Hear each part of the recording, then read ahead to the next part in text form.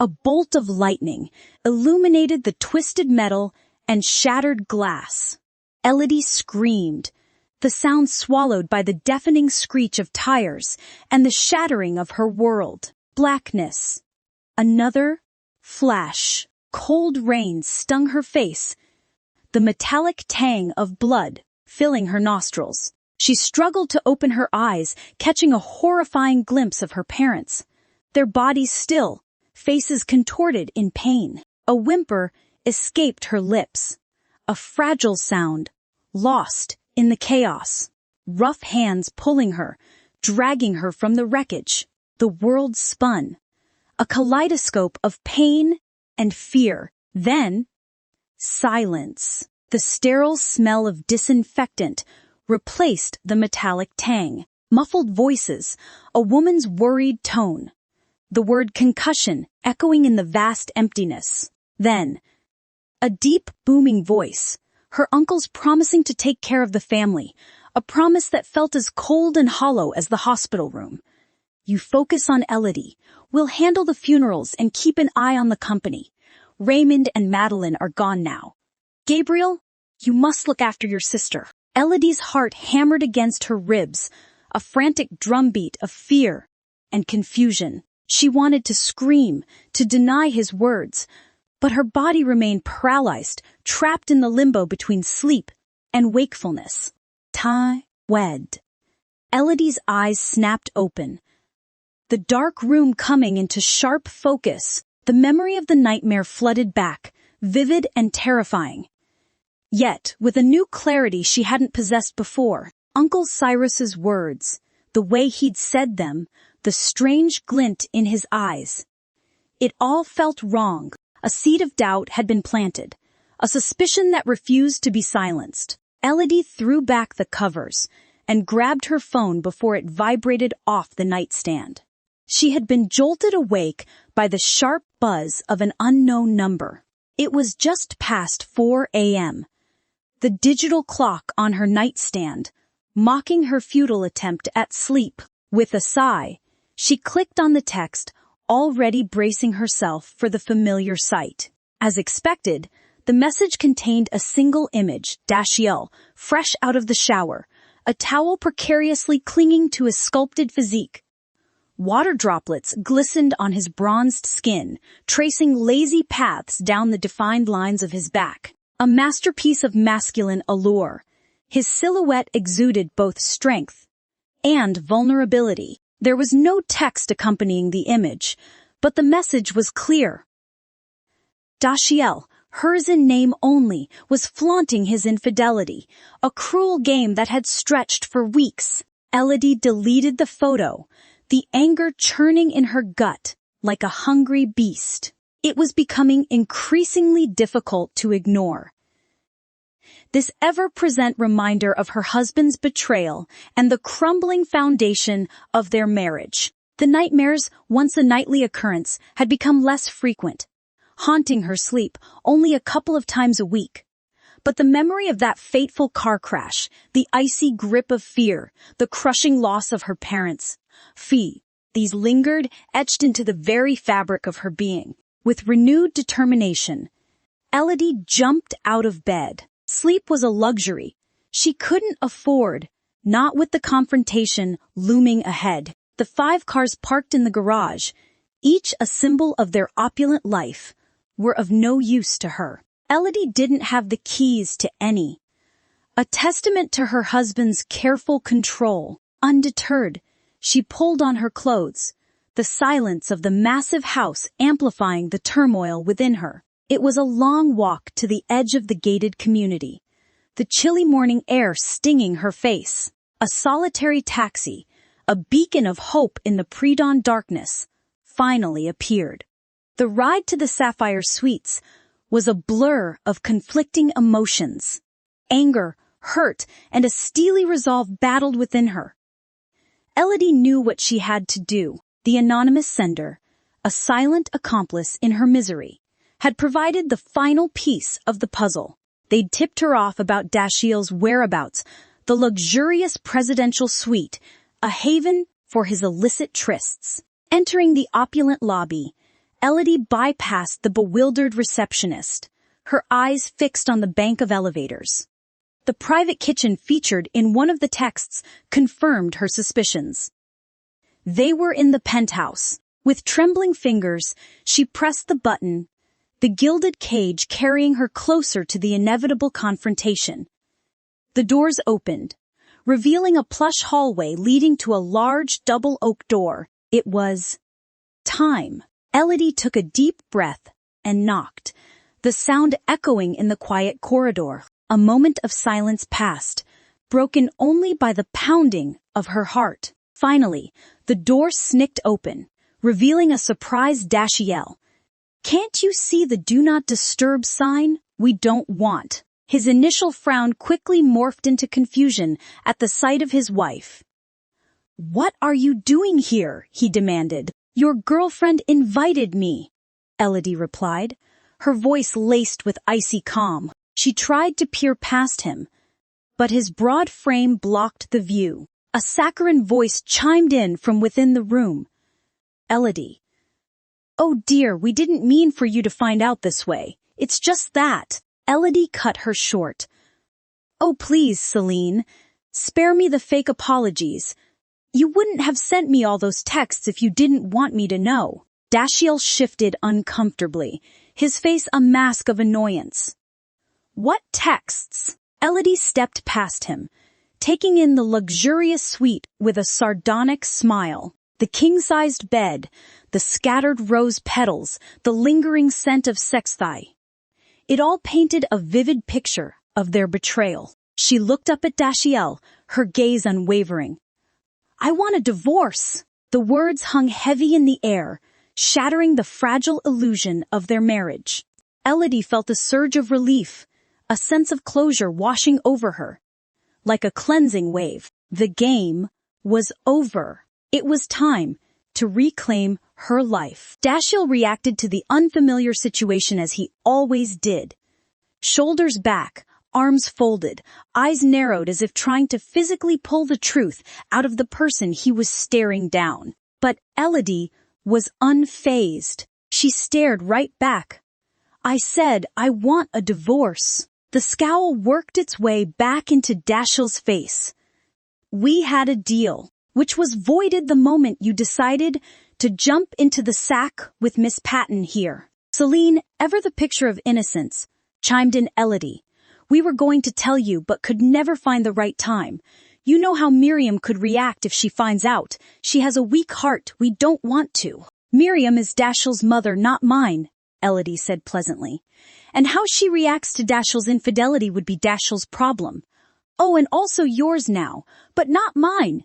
As soon as Dashiell here signs the divorce papers." Dashiell looked genuinely puzzled now. The woman standing in front of him looked like his wife, dressed like his wife, but sure as hell didn't act like his wife. Gone was the vacant look from her almond-shaped eyes, replaced by a look of casual defiance. Those Cupid's bow lips, often turned down in a perpetual pout, were now turned up on one side in a smirky half-smile. And what was she saying? "You want a divorce?" Dashiell echoed, bewildered. Elodie met his gaze unflinchingly. "That's right. And I've brought the necessary paperwork to expedite the process." She produced a thin folder from her purse, her movements deliberate. "Here you go," she said, placing a pen beside the document. "Just sign here, here, and we can both be on our way." Dashiell's eyebrows shot up in surprise. "You came prepared." "Always." Elodie smiled. "One of the reasons your mother hired me." There was a moment of silence as Dashiell stared at the papers, his mind racing. A divorce was what he wanted, but not on her terms. He had planned to initiate it himself, but Elodie's unexpected boldness had thrown him off balance. He cleared his throat. "Are you sure about this?" Elodie's smile widened. "Absolutely." As Dashiell signed his name, a strange feeling washed over him. It wasn't sadness or regret, but a sense of finality.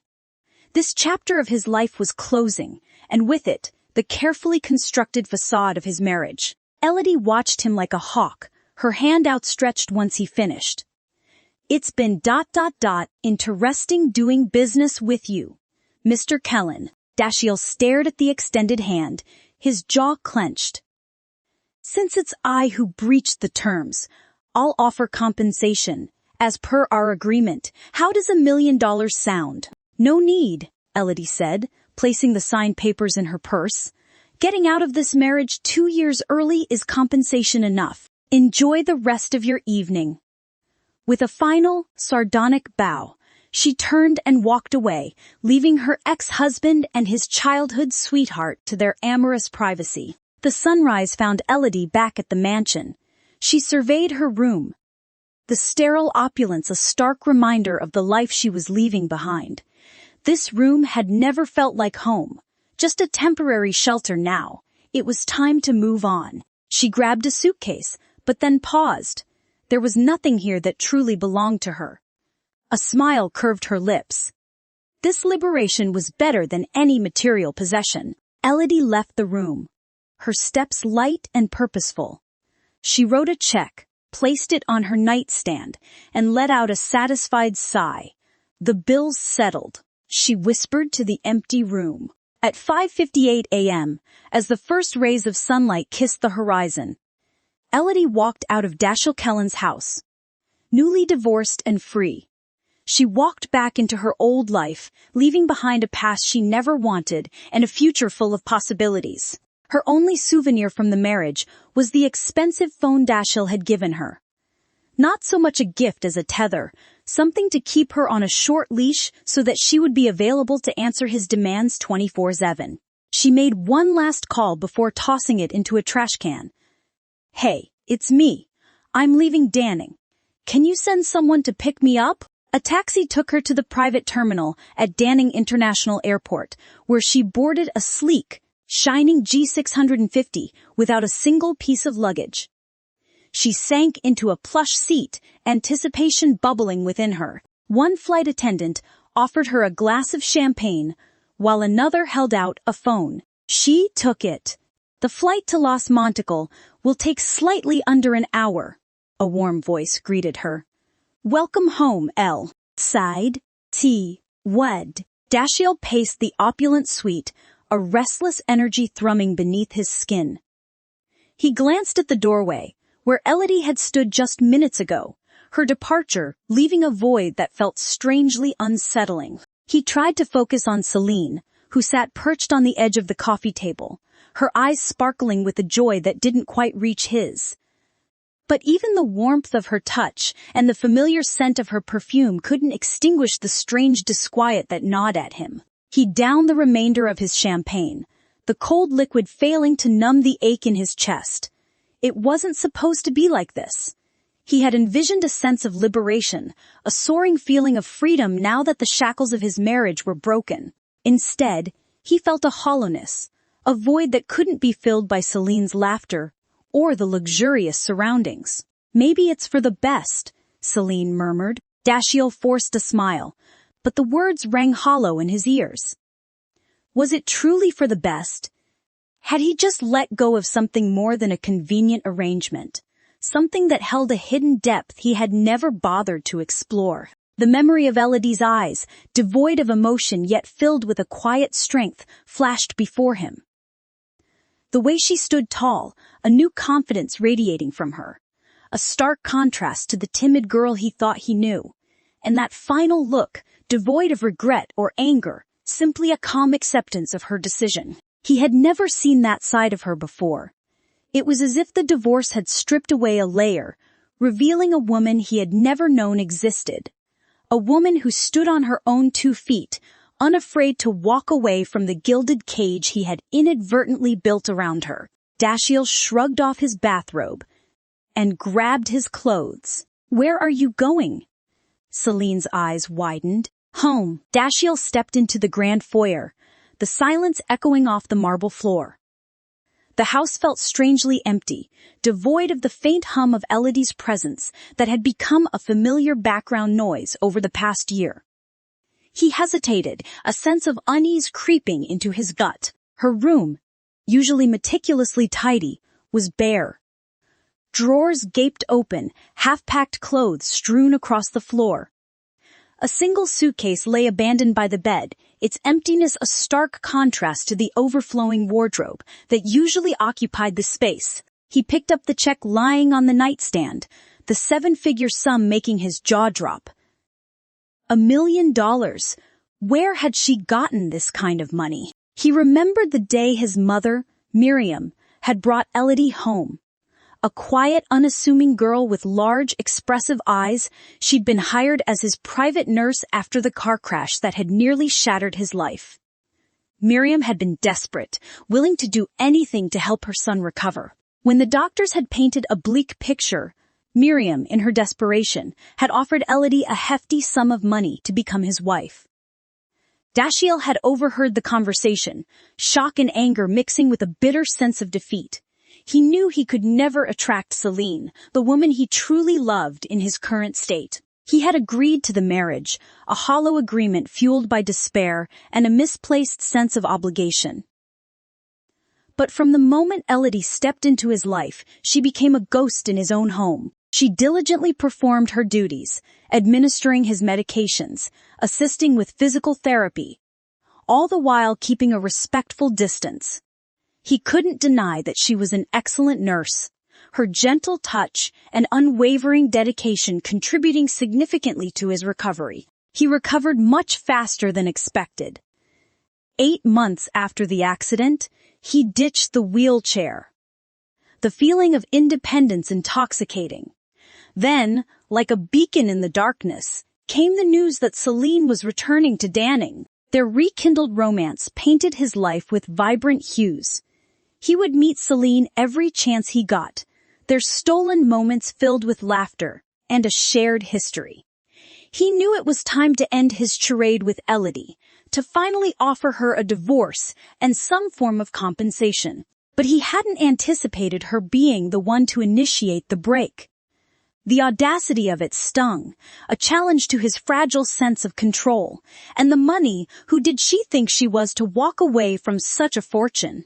A wave of curiosity, unfamiliar and unwelcome, washed over him. If not for money, why had she agreed to this strange arrangement in the first place? What was her story, the one hidden behind her gentle facade? He sat down on the edge of the bed, the check burning a hole in his pocket. For the first time, he saw Elodie not as a ghost in his home, but as a woman with her own desires, her own secrets. And for the first time, he felt a pang of something that resembled regret. He knew he couldn't bring her back. But perhaps, just perhaps, he could understand why she chose to leave. He needed answers, not just for her, but for himself. He needed to know the woman he had shared a year of his life with, the woman who had walked away from $1 million and the life she had seemingly craved. He found the butler polishing silver in the drawing room. "Alfred, where is Elodie?" he demanded, his voice tight with suppressed fury. Alfred paused, his brow furrowed in confusion. "Mrs. Kellen, sir. She left this morning just after sunrise." Dashiell's jaw clenched. "Left? Where did she go?" Alfred shook his head. "I don't know, sir. She didn't say." Dashiell's anger simmered.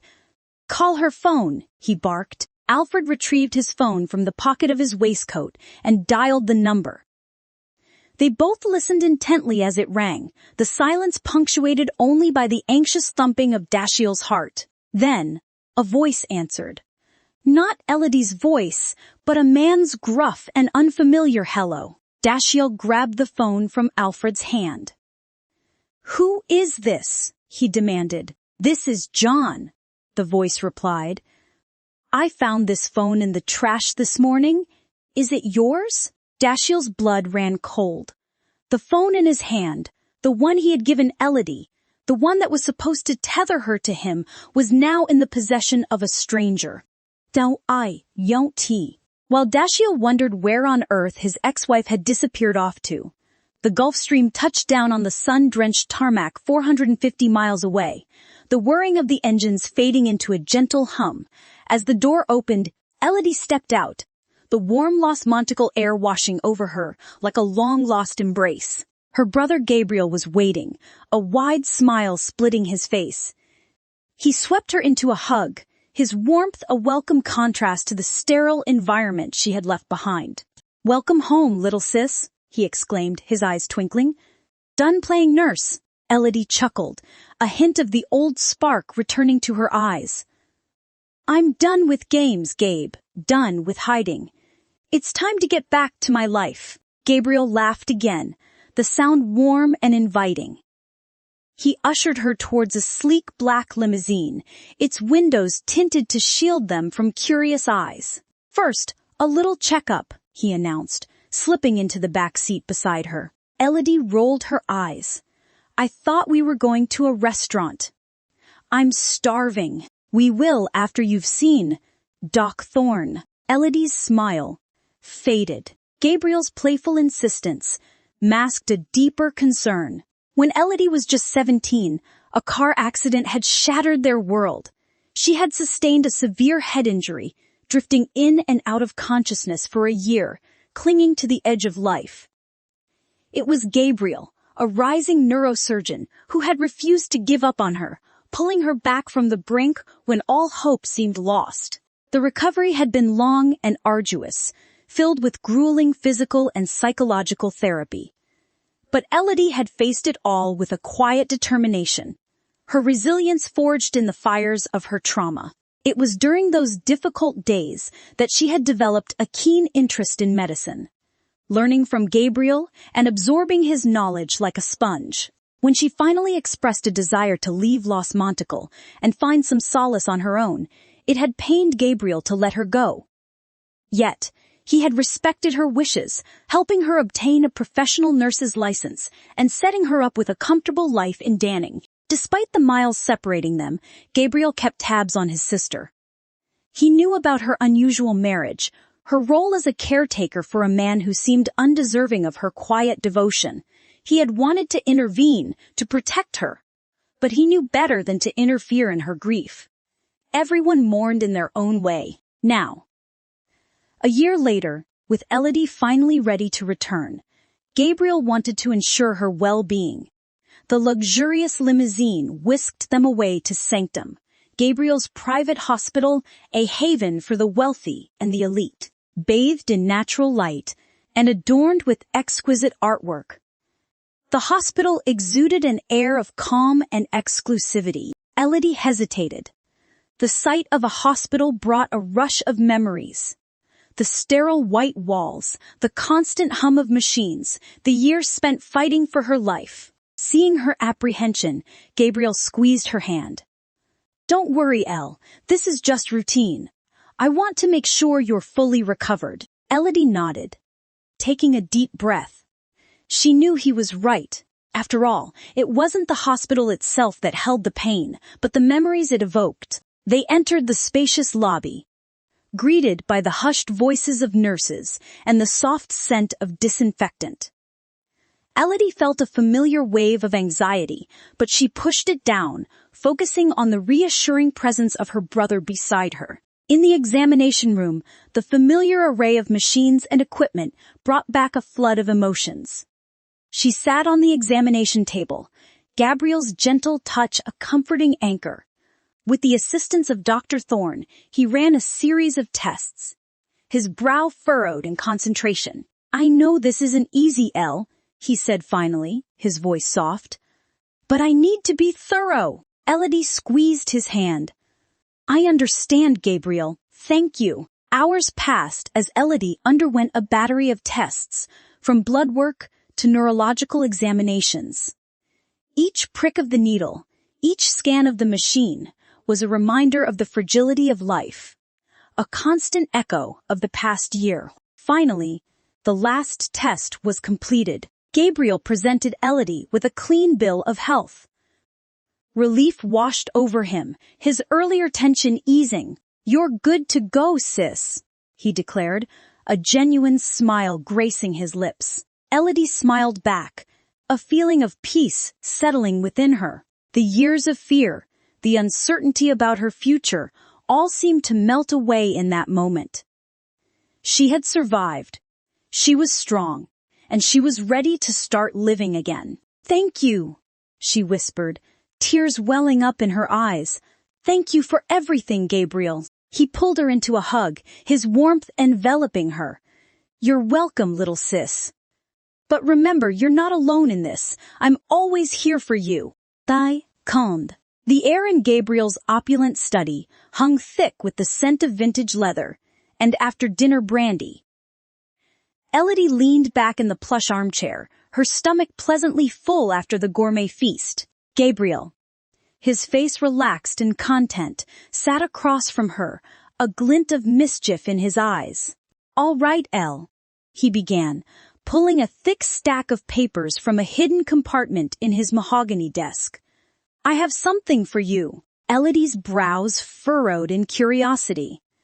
"What is it, Gabe?" He placed the papers on the coffee table before them, their weight suggesting something significant. "This," he announced, "is your inheritance?" Elodie gasped, her eyes widening as she scanned the documents.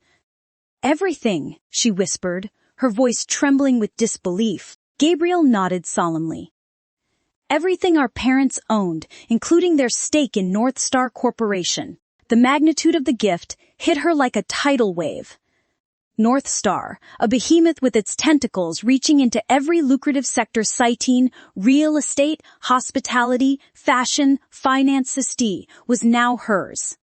It was an empire, built by her parents, a legacy entrusted to her care. A wave of emotions washed over her Cindy gratitude, surprise, and a touch of fear.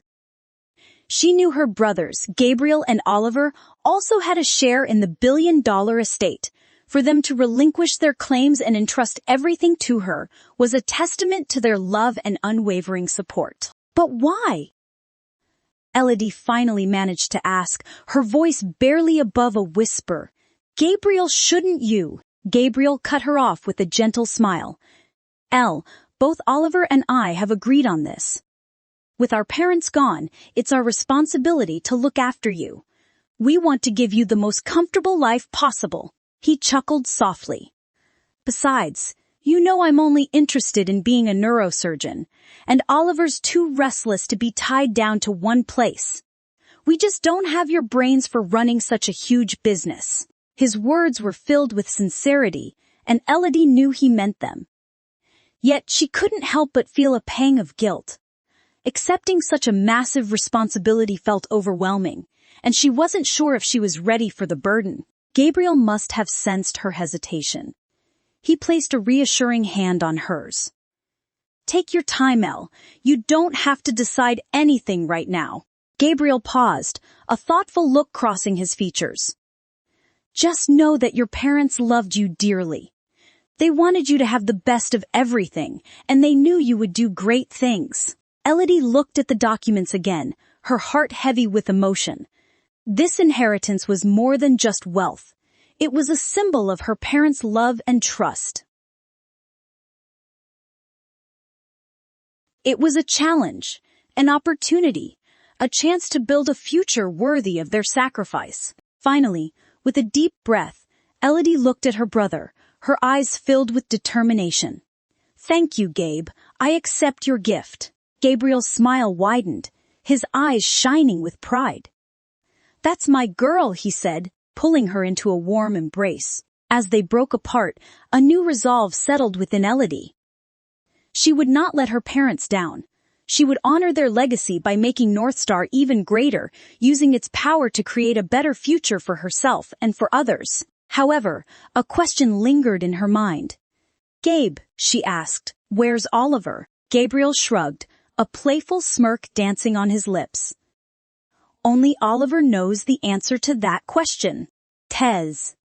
Who? As Gabriel regaled her with tales of his globe, trotting adventures as a neurosurgeon, Elodie found herself hesitant, a nagging suspicion gnawing at the edges of her mind. Should she share this burden with him? He was clearly thriving, his life a vibrant tapestry of success and accomplishment. Would dragging him back into the abyss of their shared grief serve any purpose? But the nightmares wouldn't leave her alone. They were less frequent now, but the fragmented flashes of the car crash remained, growing more vivid with each passing day. The more she revisited the scene, the more details surfaced, like pieces of a shattered puzzle slowly coalescing. Gabriel, ever attuned to his sister's emotions, sensed her growing distress. "What's wrong, Elle?" Elodie met his gaze, her eyes filled with a mixture of trepidation and resolve.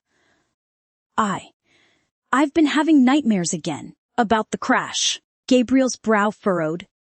Still, after all this time, she nodded, a tremor in her voice. "But they're different now, less frequent, and I'm starting to remember things." His concern intensified. "Remember what?" Elodie took a deep breath. "Details like the truck." Gabriel's expression darkened. "The driver is serving a life sentence. The police caught him. He was drunk.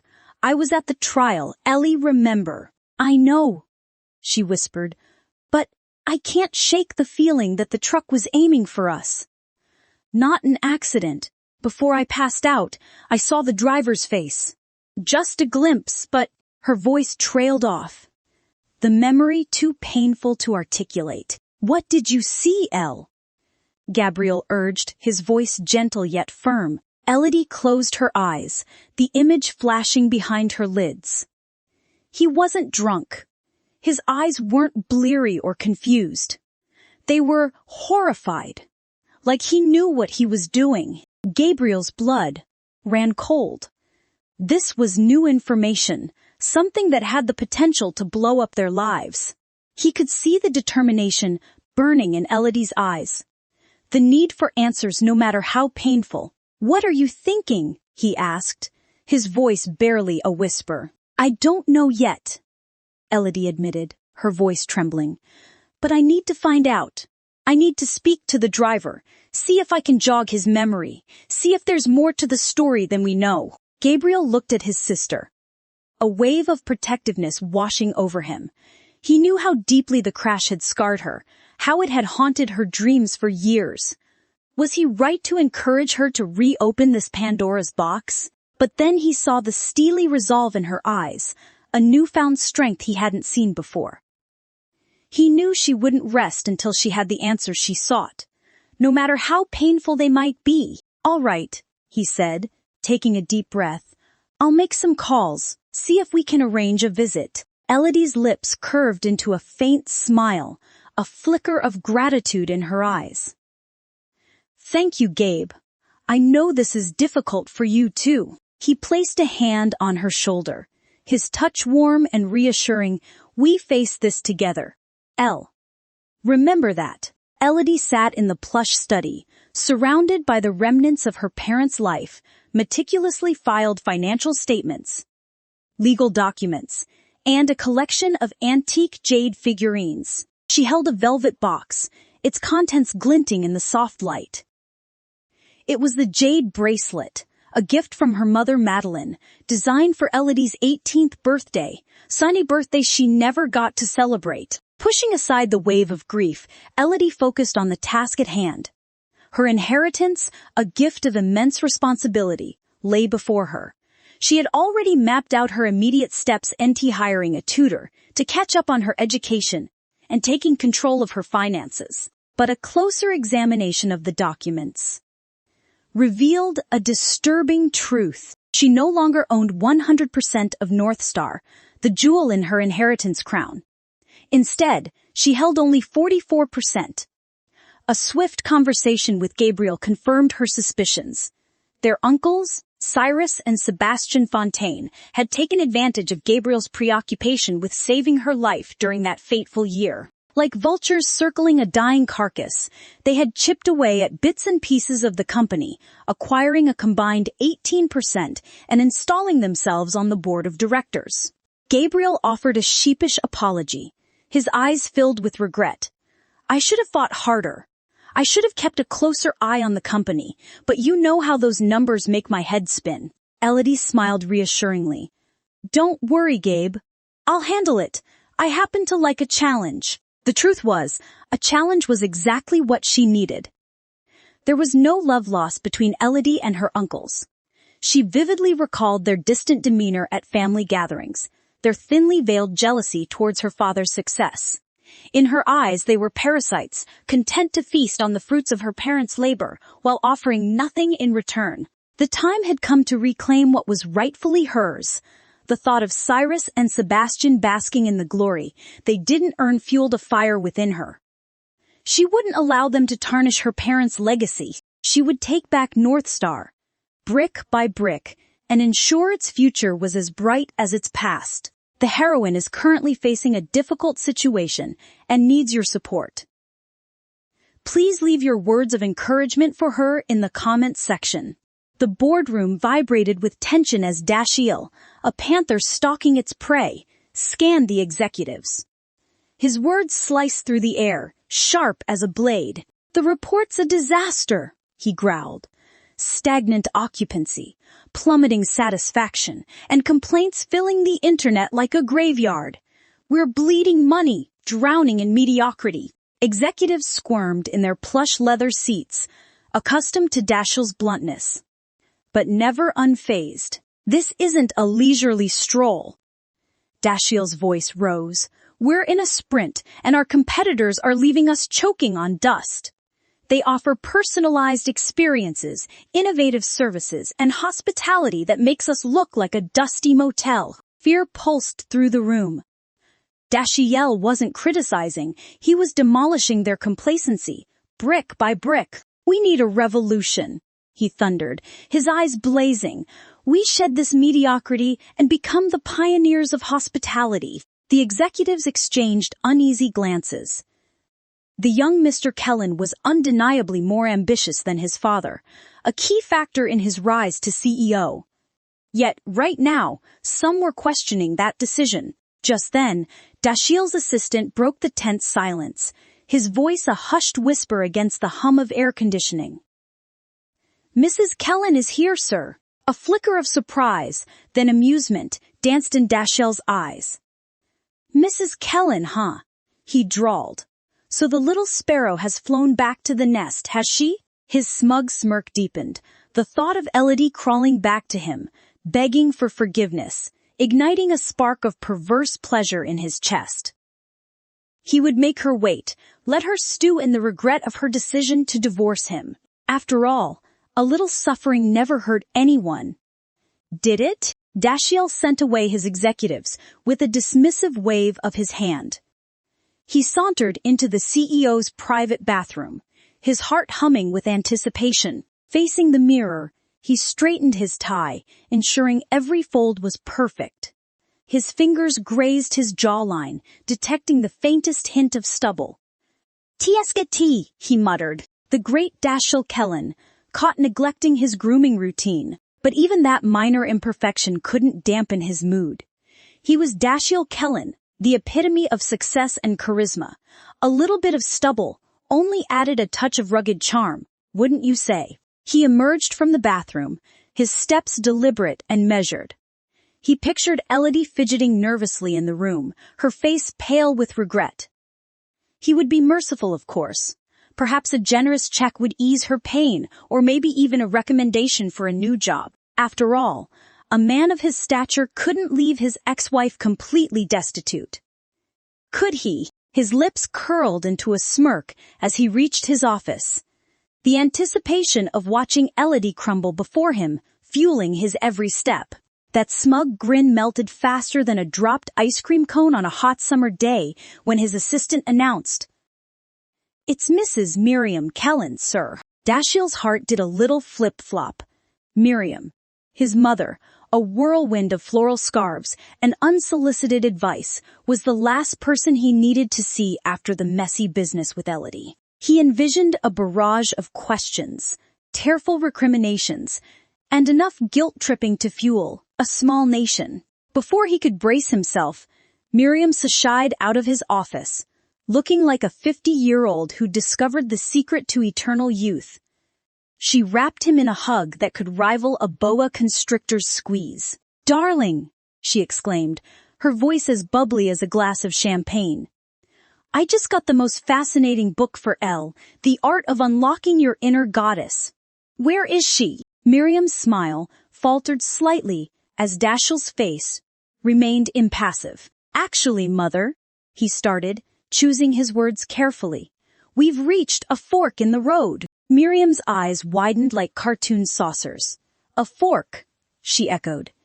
Did you finally realize you couldn't handle her intellectual prowess and decided to run away with your tail between your legs? Dashiell choked on his non-existent coffee, momentarily speechless by his mother's bluntness. He'd expected tears, not playful jabs at his masculinity. It wasn't like that, Mother, he protested, and I didn't run away. In fact, she's the one who initiated the divorce. She did? Miriam inhaled sharply. Oh dear, this is what I was afraid of. Afraid of what? Why do you think I arranged the marriage? Because the doctor said I was probably going to be stuck in a wheelchair for the rest of my life, and you were afraid I'd die alone. Miriam nodded. Exactly, but now I'm not. I'm not in a wheelchair anymore, Mom, and I'm not alone. In fact, He was about to bring up Celine's name when Miriam cut him off with an exaggerated sigh. Elle, that poor girl probably had enough of being stuck with your grumpy, workaholic self and decided to hightail it out of your life. It was Dashiell's turn to sigh. I don't think that's what happened, Mom. Miriam, the hopeless romantic that she was, immediately shared her own interpretation of her son's divorce. She exclaimed, her eyes sparkling with excitement. This is just like Jane Eyre, remember? After she left Edward's dark and brooding manor, driven away by his arrogance and deceit, she put a hand to her heart and sighed dramatically. Poor Elle, she's penniless and now jobless and homeless. Just like Jane, she must be having a terrible time. Her eyes narrowed. Now is your chance to be the hero, Dashiell. Go find her. Bring her back. Show her the love and devotion she deserves. Dashiell hesitated. He knew Miriam had never been a fan of Celine, whose recent return to his life had only exacerbated his mother's dislike. He opened his mouth to broach the subject, but Miriam cut him off with a dramatic flourish. No, she declared, her voice firm. I don't want to hear about that. That woman, she's not right for you, Dashiell. She's calculating, manipulative. She's everything. Elodie isn't. She clutched her chest, feigning a heart attack. Oh, Dashiell, you're giving me palpitations. Please promise me you'll forget about her and focus on winning back your rightful love. Dashiell sighed, defeated. He knew arguing with his mother was a losing battle, especially when she decided to play the heart-wrenching card. But Mother, he relented, where would I even begin to look for her? Miriam's eyes widened in mock surprise. Oh, Dashiell, sometimes you can be so dense. Ask Alfred, of course. He knows everything about everything. Besides, Elodie wouldn't have gone far without her beloved books. I bet she's holed up in some quaint little bookstore, surrounded by her literary friends, waiting for her knight in shining armor to arrive. She winked at him, a mischievous glint in her eyes. Now go, my son. Don't waste another moment. Remember, love conquers all, even a bad case of male arrogance. And who knows, you might even get a chance to reenact the famous scene from Jane Eyre with you as Rochester and Elodie as your Jane. The air crackled with suppressed energy in the sleek, mirrored training room. Elodie and Gabriel circled each other, their stances fluid and focused. Despite the sterile surroundings, the atmosphere thrummed with the raw intensity of siblings, locked in an age-old dance of dominance and rebellion. Gabriel, the elder by 5 years, loomed larger, his muscles corded beneath his training gear.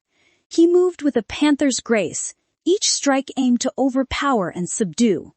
Elodie, smaller and leaner, was a whirlwind of lightning-fast reflexes and acrobatic agility. Years of training in the same rigorous martial arts regime had honed their skills to razor-sharp perfection. The first blow came from Gabriel, a powerful roundhouse kick aimed at Elodie's head. She ducked with the fluidity of a willow branch, the wind of the kick whipping past her ear. In a flash, she countered with a spinning back fist, catching Gabriel across the jaw. He staggered back, momentarily stunned by the speed and precision of her attack. Emboldened, Elodie pressed her advantage. She moved like a shadow, weaving through Gabriel's defenses, landing quick jabs and kicks that stung but didn't break him. Her agility was her greatest weapon, a constant source of frustration for her older brother. Gabriel, however, was no novice. He weathered the storm of blows, his size and strength giving him an edge in a prolonged fight. He began to anticipate her moves, his strikes becoming more calculated, forcing Elodie to adapt and improvise. The battle raged on, each sibling pushing the other to their limits. Sweat glistened on their skin, their breathing ragged and strained. The room echoed with the thud of kicks and the sharp crack of punches. As the fight progressed, Elodie's agility began to wear down Gabriel's defenses. He was slower to react, his movements becoming sluggish under the relentless assault. Sensing her advantage, Elodie unleashed a flurry of strikes, ending with a perfectly executed jump kick that sent Gabriel sprawling to the mat. He lay there for a moment, stunned and breathless. Elodie stood over him, her chest heaving, a victor bathed in the cold glow of the training lights. Gabriel slowly rose, a grudging respect mixed with admiration on his face. "You've gotten better, little sis," he conceded, a hint of a smile playing on his lips. "Good to know you have not neglected your training while you are away." Elodie smiled back, the tension draining from her features. "You're not so bad yourself, old man," she replied, extending a hand to help him up. A shower and a change of clothes later, Gabriel leaned against the kitchen counter. Watching his sister whip up a smoothie, he noticed the dark circles beneath her eyes and the tension in her shoulders. "So, what have you got planned for today?" he asked. Taking a sip from his coffee, Elodie rattled off a list that would make any seasoned executive wince. Finance lesson at 8, followed by organizational behavior with Professor Stein at 10. Then, I've got a crash course in international trade law with Mr. Lee in the afternoon. After that, I'm squeezing in a session on negotiation tactics with Madame Dubois. Gabriel raised an eyebrow. "Elodie, that's an insane schedule. Are you pushing yourself too hard?" Elodie stopped blending and looked at him. "I have to," she said, her voice steely. "I've got a lot of lost time to make up for." He knew she wasn't just talking about the year she spent slipping in and out of a coma after her accident. It was the year and a half spent in grueling rehabilitation, the year she hid away in Danning playing nurse to an ingrate. "I don't have time for the traditional college route," she continued. "Not right now, but these targeted lessons are exactly what I need to learn how to manage the company. Mom and Dad built a behemoth in under 20 years. I have big shoes to fill." Gabriel sighed. "The company's not the same behemoth it used to be, Elle," he added scornfully. "If it weren't for the other directors, Uncle Cyrus and Uncle Sebastian would have probably run it into the ground." Elodie's eyes hardened. "Don't worry, I'll have help once I'm ready to get back to the company. But right now, I need to focus on learning everything I can. I owe it to Mom and Dad, and I owe it to myself." Gabriel couldn't argue with that. "I can help you too," he offered. Elodie raised an eyebrow. "I don't think knowing how to handle a cranial drill is going to be of much use to me. Besides, I thought you were flying overseas for a neurosurgery consultation this afternoon." Gabriel grinned. "I am, but I have a few hours to spare, and I think I can teach you one more skill that might be useful for managing the company." "What is it?" "Come to the study." Elodie followed him into a room, dominated by a sleek, modern computer setup. Lines of code scrolled across the screen, mesmerizing her. "What's this?" she asked, her voice a mix of awe and suspicion. "Are you a hacker now?" Gabriel chuckled. "I've picked up a few side skills here and there over the past couple of years. In fact, He'd taught himself hacking as a way to keep tabs on Elodie while she was in a city several hundred miles away. Watch this. With a flourish, he typed a series of commands into the keyboard. I'm accessing Uncle Cyrus's car, he explained. He's dumb enough to have the onboard computer linked to his phone with an access code a 5-year-old could guess. A mischievous grin spread across his face. He typed a few more lines, then gave a triumphant grin. Observe, this is from a traffic camera outside his office. A video appeared on the screen. Elodie watched in amusement as a dark blue Mercedes, parked across the street, began to roll forward. It slowly gained speed, its headlights blinking erratically like a confused owl. Then, with a flourish, it performed a perfect 360-degree turn, ending up parked back in its original spot. Elodie burst into laughter. You're unbelievable! Just a little trick I picked up, Gabriel said, a hint of pride in his voice. Elodie pulled up a chair next to him, her eyes shining with excitement. Teach me! I want to learn this! Gabriel smiled. Okay, let me begin with the basics. I assume you are already familiar with the difference between TCP and UDP. Dashiell paced the polished mahogany floor of his study. Alfred, I need information on Elodie now. The long-suffering butler stood impassive, though a flicker of amusement crossed his aged eyes. Of course, sir, Alfred replied, his voice calm and collected amidst the storm of Dashiell's impatience. But I do require more specifics. What exactly are you seeking? Perhaps where you misplaced your wife's contact information. Dashiell's jaw clenched. Alfred's subtle dig was not lost on him. Just get to the point, Alfred, he snapped. Tell me everything you know about her. Where did she come from? Does she have any family, friends? Anything. Alfred sighed. Well, sir, he began cautiously. When Mrs. Kellen Twenty, your mother, Twenty, asked me to help find a live-in nurse for you, I went to an agency which specialized in providing such services. Mrs. Kellen 20D. Elodie CD came highly recommended, which, as it turned out, her recommendation was well-deserved. He paused, his gaze turning wistful. Mrs. Kellen Twenfez, your mother inevitably be disappointed to learn about the divorce, especially considering the delightful young woman you let slip through your fingers. Dashiell snorted. She already knows, which is why she's pressuring me to get that woman back. But she either lost her phone or threw it away, and I don't know where she could go. Does she have an address in Danning? Where did she come from, friends? As he spoke, a chilling realization dawned on him. He knew so little about the woman who had lived under his roof for months. Let me go get her file, Alfred said, unable to resist a further jab. Perhaps you'll find the information you're looking for, amidst the details you deemed irrelevant at the time. He retrieved a slim file from his room and handed it to Dashiell.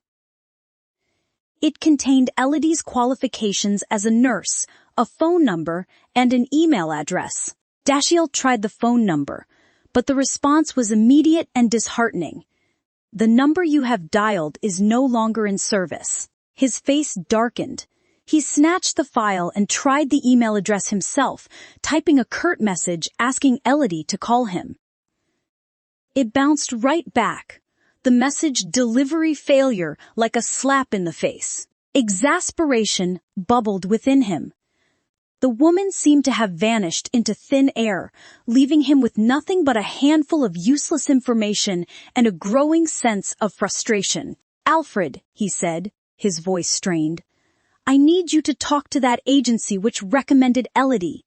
Find out everything you can about her. I need to know where she is. Alfred nodded. I'll get to it right away, sir. No, not right now. Maybe tomorrow. Now I need you to get the car ready.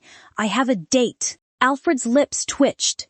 He turned to leave, the door slamming shut with a resounding thud that spoke volumes about his opinion on Dashiell's date and his young master's questionable priorities. Howard, Key, The crystal chandeliers of Lucille, perched high above the city's twinkling lights, cast a soft glow on Dashiell and Celine.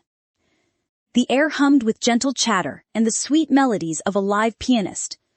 But Dashiell's mind was a million miles away. Elodie's disappearance gnawed at him, a persistent itch he couldn't scratch. Part of him, a tiny nagging voice, echoed his mother's concerns. Elodie, young and alone in the bustling city with pockets as empty as her room, was an easy target. The woman was undeniably attractive, a fact Dashiell wouldn't admit even to himself, and he couldn't help but worry. He cursed her stubbornness. If she hadn't returned Miriam's check, the likely source of the mysterious $1 million found in her room, he wouldn't be in this predicament. He wouldn't be consumed by a sense of responsibility he couldn't quite explain. Celine, her emerald eyes filled with concern, reached across the table, her touch a gentle counterpoint to the tumult within him. Dashiell, is there something on your mind? You look troubled. Dashiell met her gaze, his expression a mask of nonchalance. Just business matters. The soft candlelight danced across Celine's face, accentuating the tremor in her lips as she sighed. Dashiell, she began, her voice a silken thread weaving around the clinking of silverware. You don't have to lie to me. Is this about Miriam? Dashiell shifted in his seat, the luxurious cushions offering no comfort against the sudden prick of guilt. He couldn't confirm nor deny. The truth, his mother's disdain for Celine was an open book, a constant thorn in his side. He could never understand why Celine, with her gentle nature and brilliant smile, was everything Miriam disapproved of. Do you think it would help if I spoke to Miriam? Celine continued. Perhaps I could bridge the gap between you two. Dashiell's heart lurched. The mere thought of his mother and Celine together was enough to induce spontaneous combustion. He imagined the sparks flying, the verbal daggers drawn, and the ensuing hurricane of passive-aggressive comments that would leave him looking like a hurricane victim himself. He quickly shook his head, the movement so rapid it almost caused him whiplash. He couldn't let this happen. The potential fallout would be worse than a Kardashian family reunion on live television. No, he said, his voice firmer than he felt. I'm sure she'll come around eventually. Celine's smile faltered, replaced by a flicker of disappointment that Dashiell, in his self-absorption, failed to notice. He buried himself in his food, his mind racing. Suddenly, a thought struck him. Maybe Elodie could be the bridge. Miriam's affection for the young nurse was undeniable. Perhaps, through Elodie's gentle persuasion, Miriam's heart could soften, paving the way for a fragile peace between the two women in his life. As dinner went on, Celine found it increasingly hard to maintain her smile. When the exquisite dessert arrived, a delicate chocolate mousse adorned with a single glistening strawberry, she dug into it with nervous anticipation.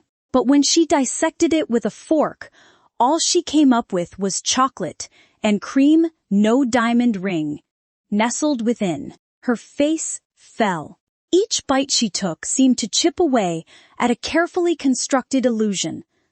A dream of a proposal that was rapidly dissolving, like the melting chocolate on her plate. The air in the quiet cafe buzzed with the murmur of conversation and the rhythmic hiss of the espresso machine.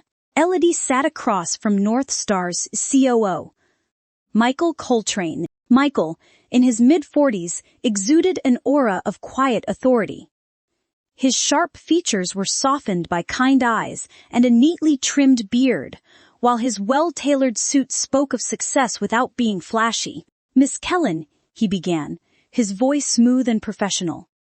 I confess, I thought your call was a prank when you requested this meeting.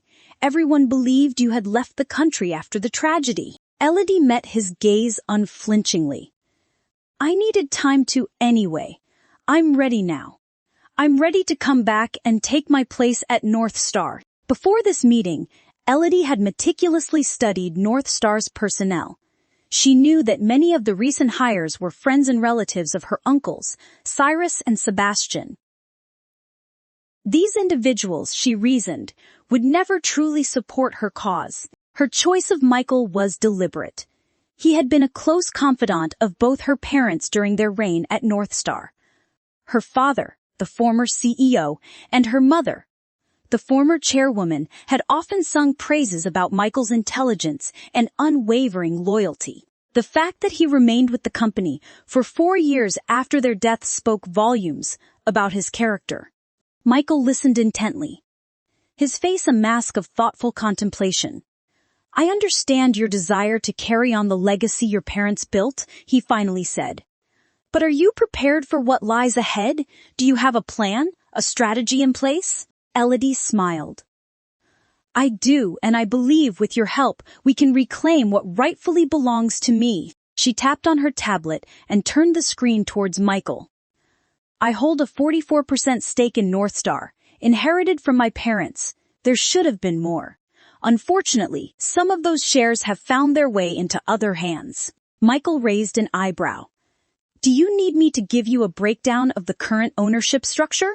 "No need. I have them." Elodie showed him another file compiled by her last night. 18% is currently held by my uncles, Cyrus and Sebastian, and their family.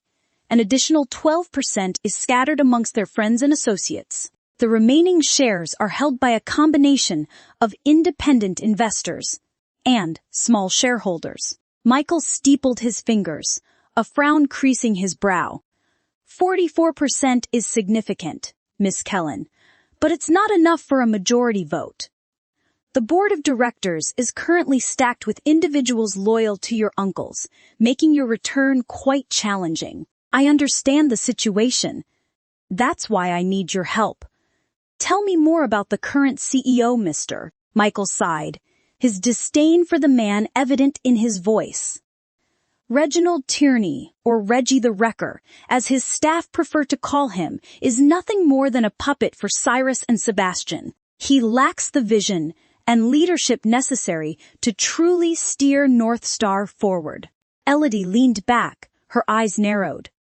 Do you have access to the company's latest financial statements? Michael hesitated. Those are internal documents, Miss Kellen, highly confidential. Elodie met his gaze directly.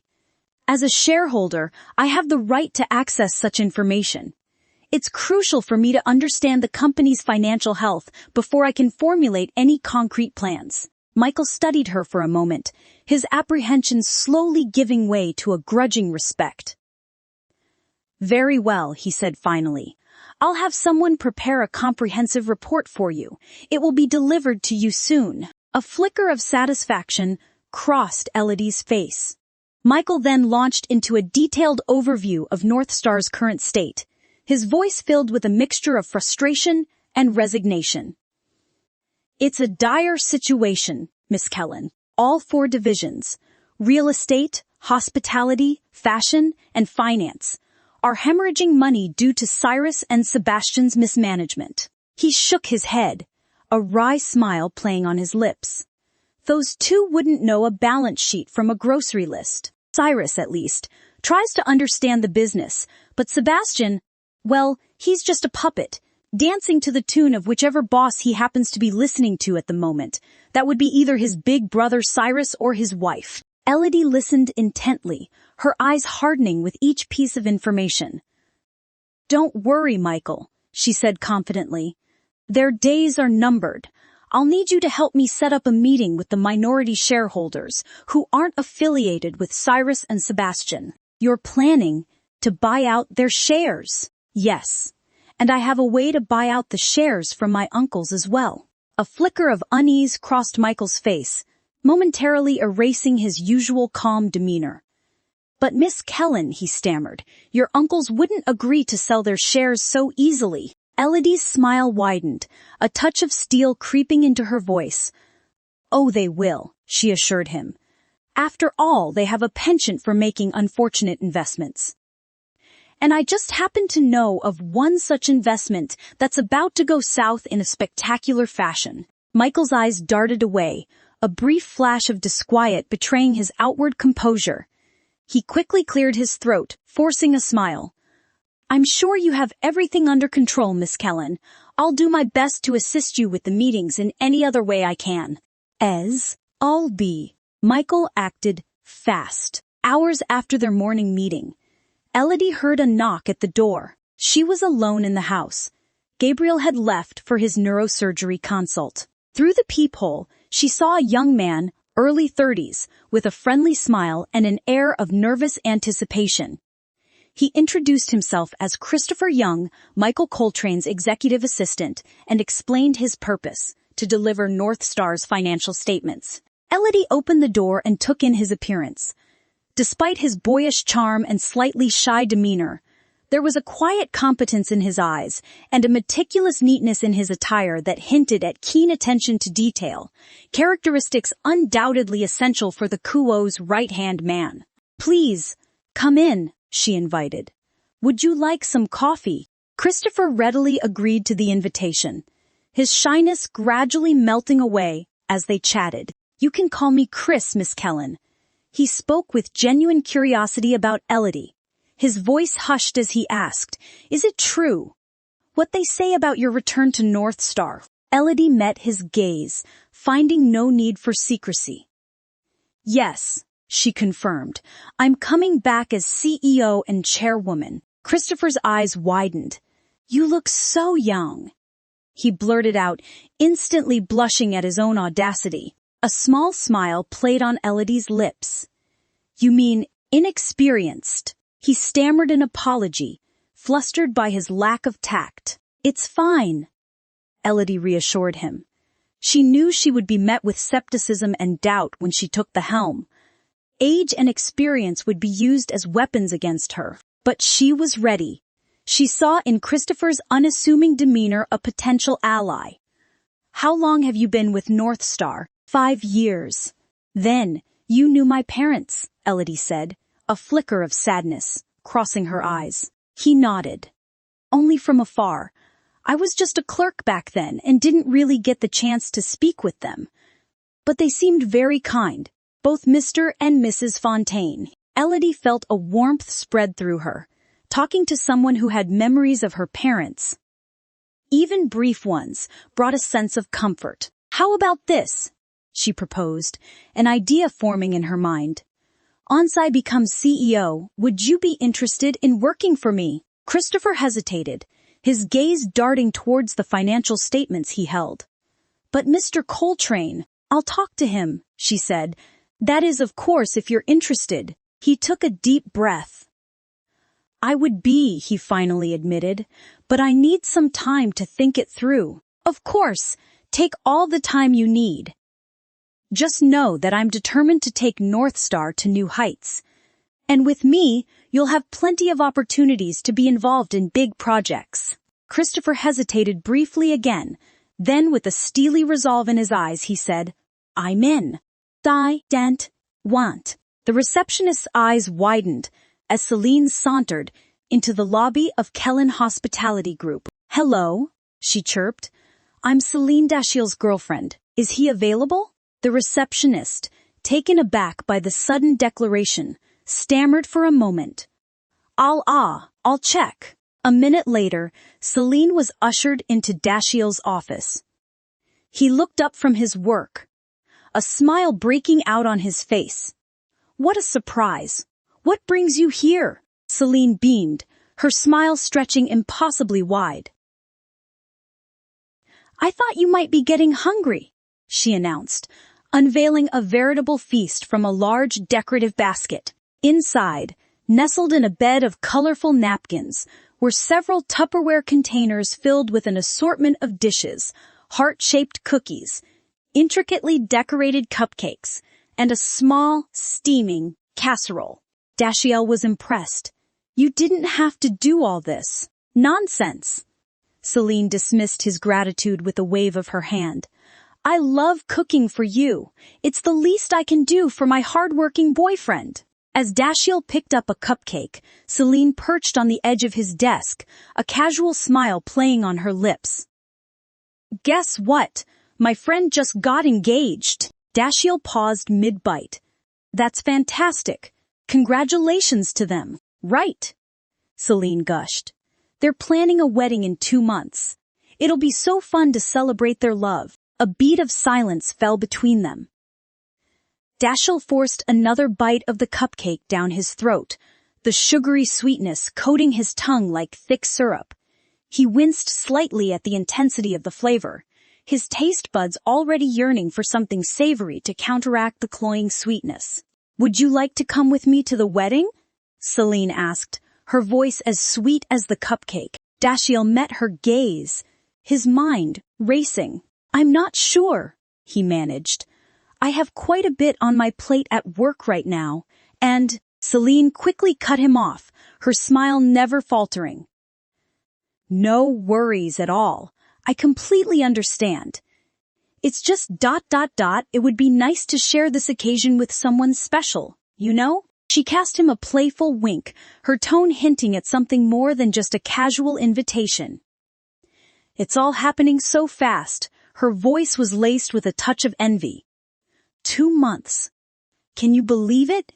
They just got engaged a few days ago. Dashiell offered a non-committal sound as he forced down another bite, the sugary onslaught coating his tongue like a dentist's nightmare. His taste buds screamed in protest. He imagined his teeth dissolving in a sugary syrup, his internal organs morphing into candy corn. Isn't it wonderful? Celine pressed. To find someone who shares your life, who values commitment, who... She trailed off, her gaze drifting towards Dashiell. Then, with a practiced sigh, she added, My mother is constantly asking me about my wedding plans. She keeps reminding me of the importance of finding a stable partner, someone to build a life with. Dashiell nodded vaguely as Celine painted a picture of her dream wedding, her voice bubbling with excitement. Beneath the saccharine sounds of Celine's dream wedding, a discordant note resonated within Dashiell. Was this truly what he desired? A picture-perfect life painted with buttercream frosting and bridal lace.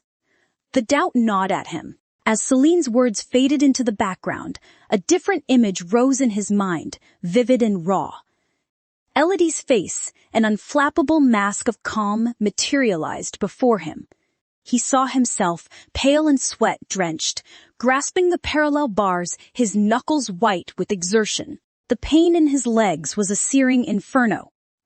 Each tentative step, a victory against unimaginable odds. The heat of the therapy room, the grit of the exercise mats, the sting of tears.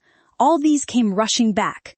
He felt the ghost of Elodie's hand in his, a warm anchor in the storm of his pain. Every time he faltered, she was there, a silent force, catching him before he fell. He remembered the quiet strength in her gaze, the approving nod as he took another step forward. Dashiell instinctively touched his thigh, the faint ache, a tangible reminder of the accident and the arduous journey he'd undertaken. Each pang felt like a thread connecting him to her. He looked at Celine, her eyes sparkling with the joy of her imagined wedding, and a question echoed in the silence. Would she have done the same? Would she have endured the countless hours of therapy? The agonizing pain? The uncertainty of his future? He didn't have the answer. The question lingered, a persistent burr lodged in the gears of his mind, refusing to be dislodged. The harsh glare of fluorescence cast the North Star boardroom in an unsettling light, reflecting the anxiety etched on the faces of its members. Cyrus Fontaine sat at the head of the table, drumming his fingers on polished wood, his face a mask of annoyance. Michael, he barked, his voice raspy from years of heavy drinking and shouting. Who called this meeting and why? That would be me, Uncle Cyrus. The door swung open and Elodie strode in. A collective gasp rippled through the boardroom. Cyrus and Sebastian gaped at Elodie, too shocked for words. She sized them up. Unlike her father, Raymond, who had warm brown eyes and a head of unruly curly hair, Cyrus and Sebastian bore little resemblance to the Fontaine bloodline. Cyrus, at 59, looked a decade older, his face haggard, and his once sharp features now softened by age and indulgence. His eyes, bloodshot and red, told a story of late nights and questionable decisions. His body resembled an overstuffed sausage, struggling to escape its expensive casing. Sebastian, at 52, had aged differently. His shoulders were perpetually slouched, as if the weight of his family name and his brother's dominance had permanently bent him out of shape. Deep, dark circles shadowed his eyes. Still, with careful maintenance and a generous application of men's products, he could still pass for a respectable, if slightly weary, retired professor. "Shouldn't you be?" Cyrus stammered, struggling to find his voice. "Dead?" Elodie shrugged. "Sorry to disappoint, dear uncle. But as you can see, I'm very much alive and ready to reclaim what's rightfully mine." Elodie stood in stark contrast to her uncles, a beacon of refined power amidst a sea of flabby excess. Tall and slender, she moved with the unhurried grace of a lioness, her dark hair styled in a single imposing braid that seemed to echo the steely glint in her hazel eyes. Gone was the usual t-shirt and jeans of her youth, replaced by a tailored suit that spoke volumes. She had borrowed a page from Dashiell's book. That man, for all his arrogance, knew how to project power. Having lived with him for a year, Elodie was no stranger to his closet, full of impeccably crafted suits, shirts, and ties, and had subtly absorbed the art of sartorial dominance. Today, she wielded that knowledge like a weapon, her attire a silent declaration of her intent. Cyrus and Sebastian exchanged nervous glances.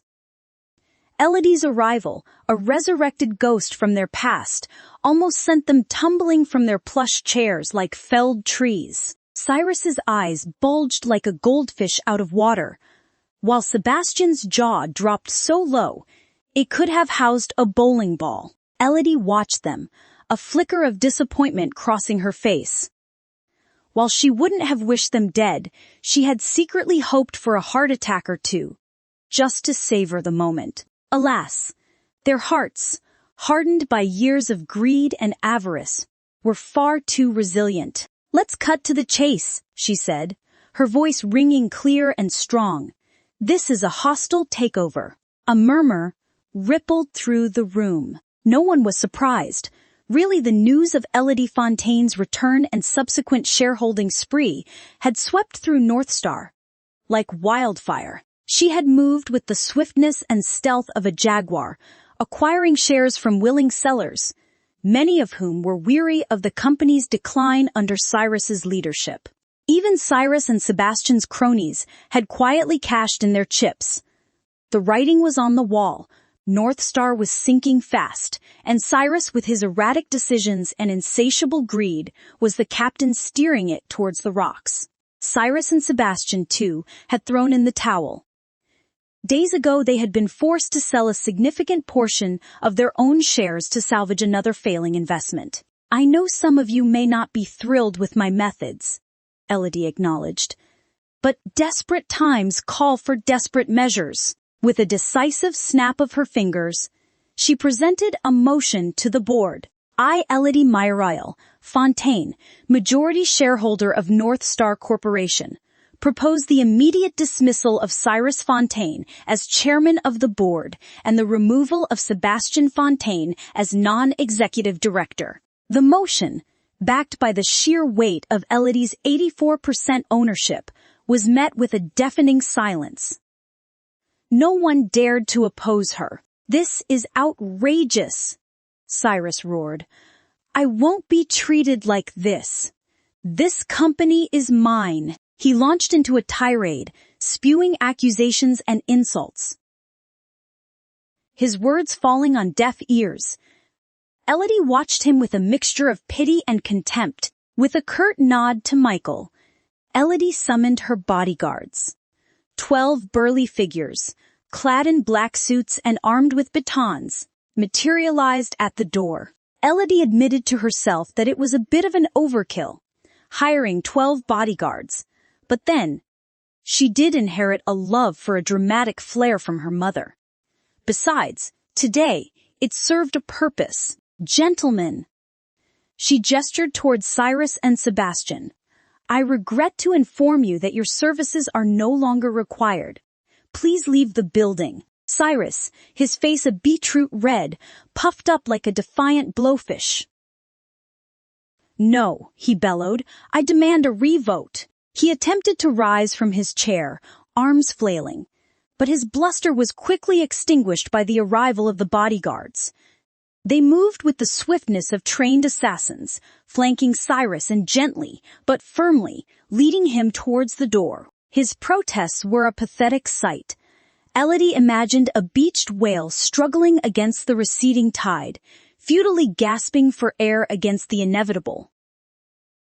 His shouts of "This is a coup, and I'll have your job," were lost in the echoing silence of the boardroom. Sebastian, realizing the futility of resistance, scurried out of the room like a cockroach caught in the light, eager to disappear into the shadows. Elodie watched them go, a quiet smile playing on her lips. Today, justice had been served and it tasted oh so sweet. She glanced around the room, her gaze meeting Michael's. He nodded, and with a brisk wave of her hand, Elodie announced, "Bring in Reginald Turney." Reggie the Wrecker was the first on a long list of names to be purged from North Star. Today, Elodie Fontaine was taking back her company, one inept executive at a time. Dashiell grimaced as the polished marble floor reflected the dazzling array of luxury brands surrounding them. Celine, oblivious to his discomfort, flitted from one boutique to another, her eyes sparkling with delight. Dashiell checked his watch for the 5th time in as many minutes, his hand instinctively reaching for his thigh. Celine noticed his discomfort. "Dash, are you tired?" "No, I'm fine," he said. A little too quickly, Celine didn't look convinced. "Are you sure you're up for this?" "The accident. I know you haven't fully recovered." Dashiell's eyes darkened. He hated it when people brought up his injury. "I said I'm fine," he snapped. Celine lowered her gaze. I wish I was there for you when it happened." Dashiell bristled. He couldn't bear to relive the trauma, the 8 months wasted as an invalid, confined to a wheelchair. "It's in the past." He spat out the words, his voice sharp with irritation. The mere mention of the accident triggered a flood of memories. He forced them back, refusing to dwell on the darkness of those days. The anger, the denial, the despair, the fear of being a cripple forever reliant on a cane. He remembered the tantrums, the plates hurled in frustration, the trail of resigned staff fleeing his wrath. He even banned Miriam from visiting him, unable to bear for his mother to see him, like that 20 the proud athletic man reduced to a broken shell. Only Alfred stayed. Oh, and Elodie. Dashiell touched his leg again, a phantom pain flickering through his thigh. He remembered her then, the woman who had pushed him to the edge, who had demanded he stay on the treadmill for another 5 minutes even when his muscles screamed in protest. In those rare moments when he allowed himself to ponder Elodie's life before becoming his nurse, he wondered if she might have been ex-special forces or perhaps a battlefield medic. How else to explain her insane drive, her relentless discipline? "Do you like it?" Celine's voice broke through his reverie. She twirled in front of him, a vision in a dress of shimmering emerald silk. The fabric clung to her curves like a second skin. "You look beautiful," Dashiell said, momentarily captivated. He motioned to the sales assistant. "Wrap it up, please." Celine's cheeks flushed to becoming pink. "You don't have to do that, Dash." He smiled, slipping his credit card across the counter. "That's what boyfriends are for, right?" The blush returned to her cheeks, a deeper shade this time. She leaned in and pecked him on the cheek. "Thank you," she whispered before disappearing into the dressing room. Dashiell sat in the plush armchair, boredom seeping into his bones. His eyes wandered listlessly around the opulent department store, settling on a lone white cardigan displayed on a nearby rack. It was simple, devoid of any logos or embellishments, just like the one Elodie had worn the day they first met. A meeting that, he readily admitted, hadn't gone well. He had been through 8 nurses before then, 26 men and 2 women, 20 ye, each running for the hills after a taste of his volatile temper. Elodie, he thought, would be no different. He gave her an hour tops before she fled in tears. Miriam must have warned Elodie about his moods, urging her to tread carefully. Which was why she had remained silent, observing him with a quiet intensity that he found unnerving. He couldn't recall the exact words he used to break the ice, but they were undoubtedly snide, probably along the lines of, "With a face like that, you could be striking poses for Sports Illustrated." "What are you doing here?" Instead of the tears he expected, Elodie did something no one anticipated. In a swift, fluid motion, she lifted him from his wheelchair and deposited him comfortably onto the sofa, a feat that usually required the combined effort of 2 strong men. Miriam nearly choked on her Earl Grey.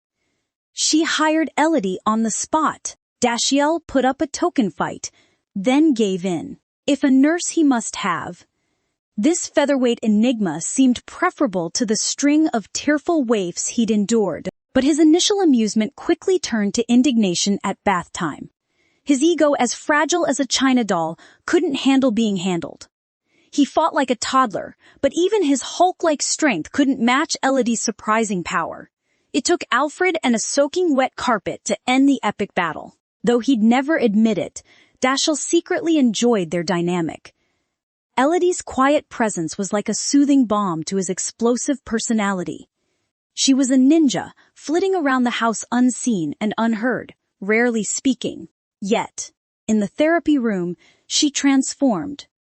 A drill sergeant in disguise, she guided him through exercises with a practiced efficiency that belied her delicate frame. Dashiell, consumed by his own dark thoughts, barely acknowledged her.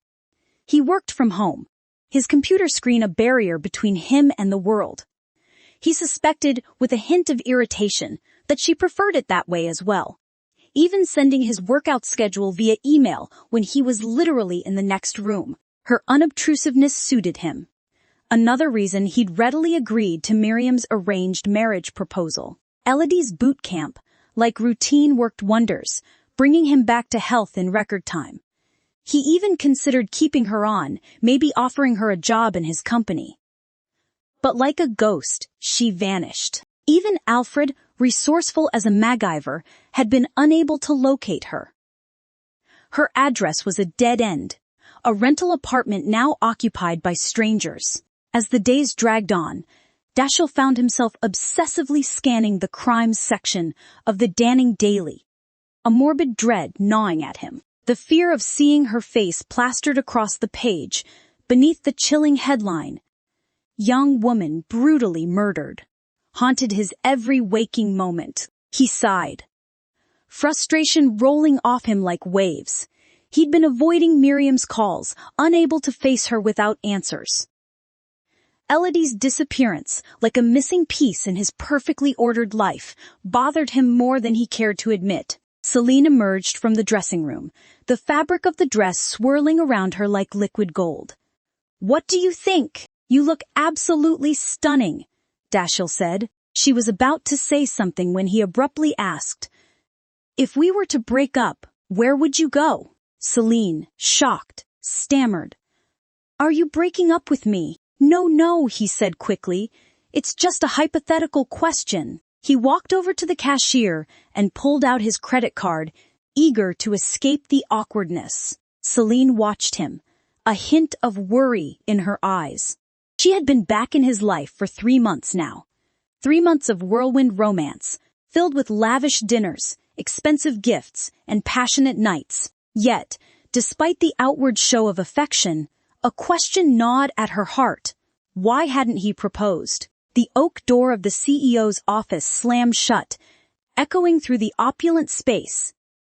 Elodie surveyed the room, her gaze sweeping over Reggie's gaudy decor with distaste. The clash of gold-plated pedestals, marble statues leering down with predatory eyes, and the monstrosity hanging from the ceiling was an assault on her aesthetic sensibilities.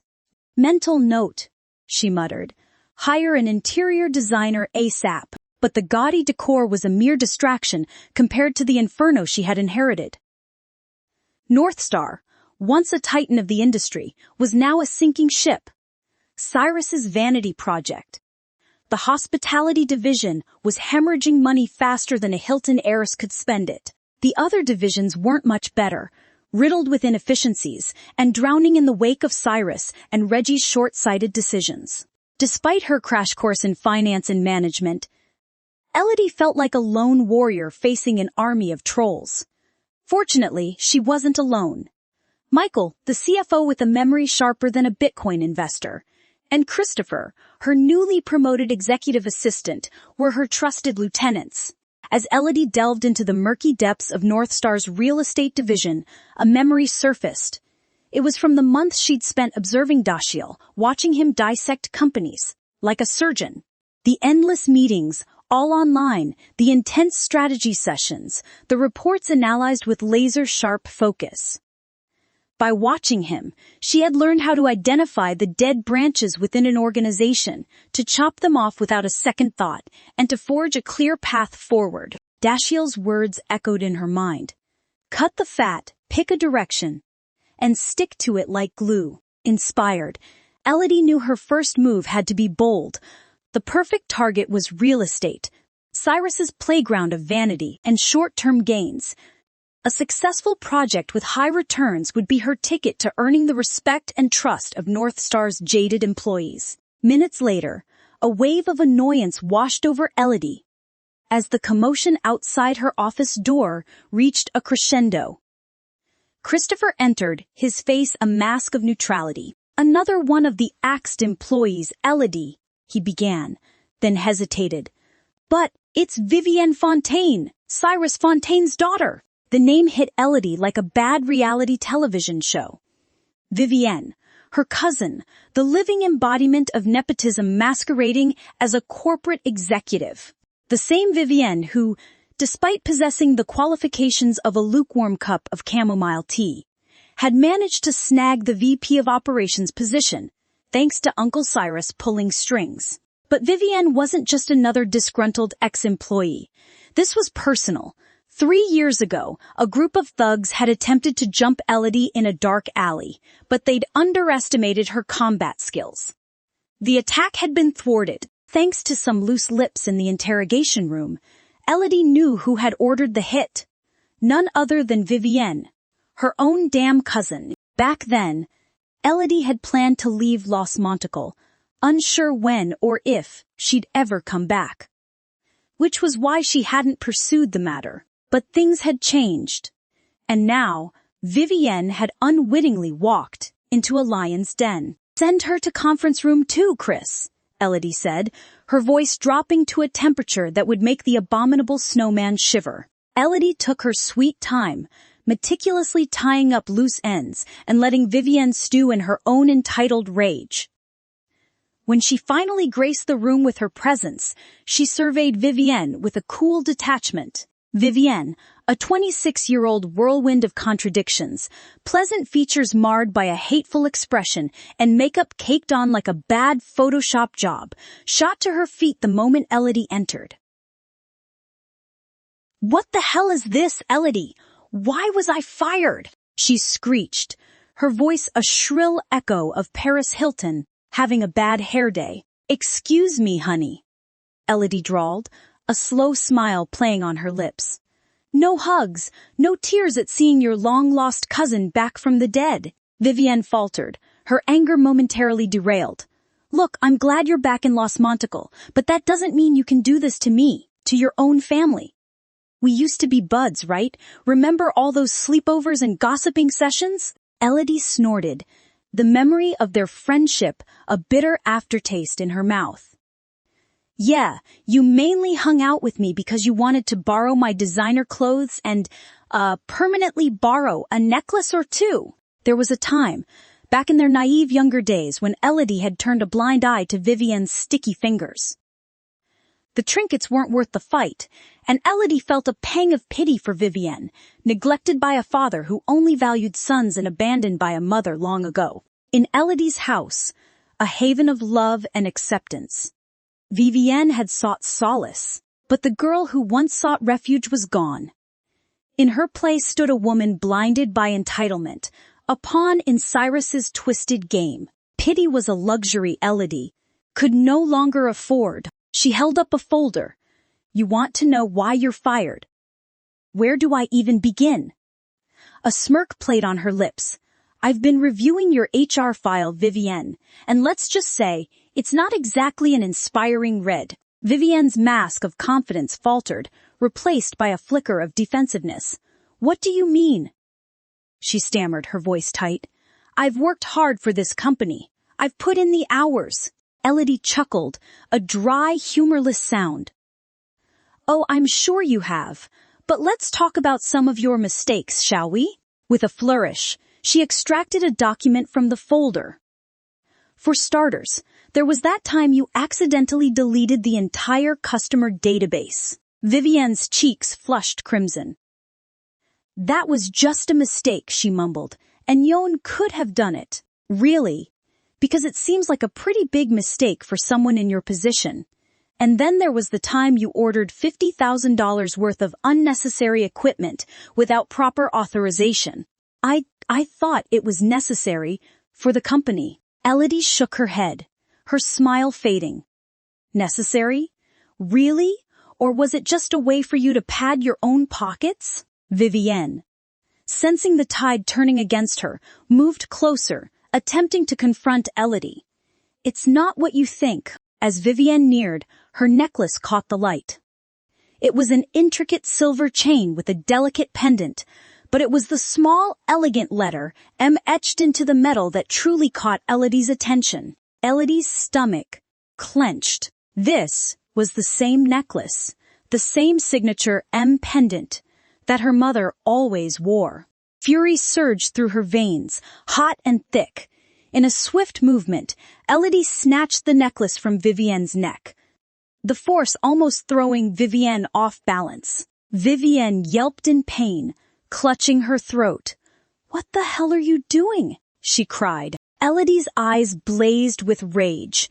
"You're lucky I didn't snap your neck," she hissed, flinging the necklace onto the table. "Listen carefully, cuz. You have two options. Slink out of here quietly, never return, and give back every trinket you've pilfered from my parents' safe, or I hand over all the evidence I have to the cops. Your choice." Vivienne's eyes widened, fear replacing defiance. I don't know what you're talking about," she rasped. "Don't play dumb," Elodie snarled. "That attack in the alley 3 years ago, that was strike 1. This necklace you stole from my mother, strike 2. Vivienne flinched, her bravado crumbling under the weight of Elodie's words. But you're my cousin," she whimpered. "Blood doesn't mean anything if you dare cross me again," Elodie declared, her voice cold and sharp as ice. "And you better leave before I change my mind. I only fired you because you're family. But if you stay, I won't hesitate to turn over evidence of your little embezzlement scheme. Remember that time you accidentally double paid yourself a bonus, or the lost invoices that somehow ended up in your personal bank account?" Vivienne's face turned pale. "Fine," she sobbed. "I'll leave," without another word. Vivienne turned and fled the conference room. Elodie stood alone, her eyes fixed on the necklace on the table. "Set, way, teen, wet." Vivienne trudged into the house, her shoulders slumped in defeat. Cyrus, his face a mask of fury, loomed in the hallway. As soon as she stepped through the front door, he backhanded her across the face. Vivienne didn't flinch. This was her life. Cyrus wore a courteous mask in public, but in private, the man was perpetually drunk and enraged, often taking out his wrath on his only daughter. It was just another currency in their twisted family dynamic. "Why isn't she dead?" Cyrus roared, his voice thick with rage and booze. "I gave you a simple task 3 years ago. You promised me Elodie wouldn't be a problem anymore. You're useless, a pathetic excuse for a daughter." Vivienne swallowed bile. "I thought she was gone. 3 years ago, she was fresh out of college, a clueless Bambi stumbling into the concrete jungle.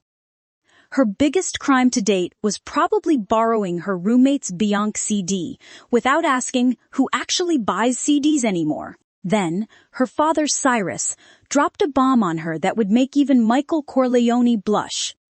Get rid of Elodie. Get rid of Elodie?